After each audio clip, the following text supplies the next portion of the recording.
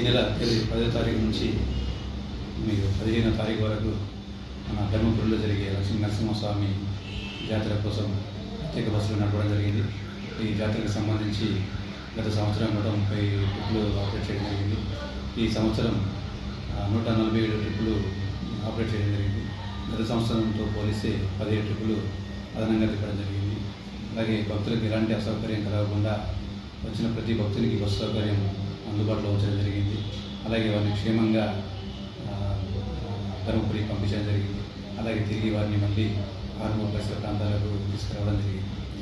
అలాగే ఈ జాతరకు సంబంధించి ఆర్మూర్ డిపోకి సుమారుగా 25 లక్షల ఆదాయం సమకూరింది. 40,000 కిలోమీటర్లు తిప్పడం జరిగింది.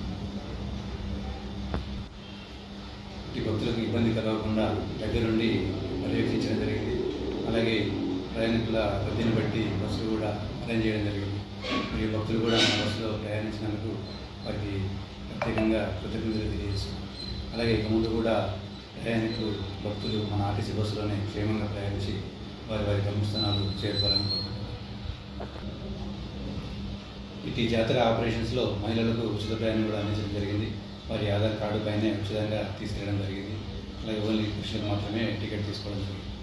కాబట్టి ఈ అవకాశాన్ని వినియోగించుకున్న మహిళా భక్తులకు కూడా ప్రత్యేకంగా కృతజ్ఞతలు తెలియజేస్తున్నాం.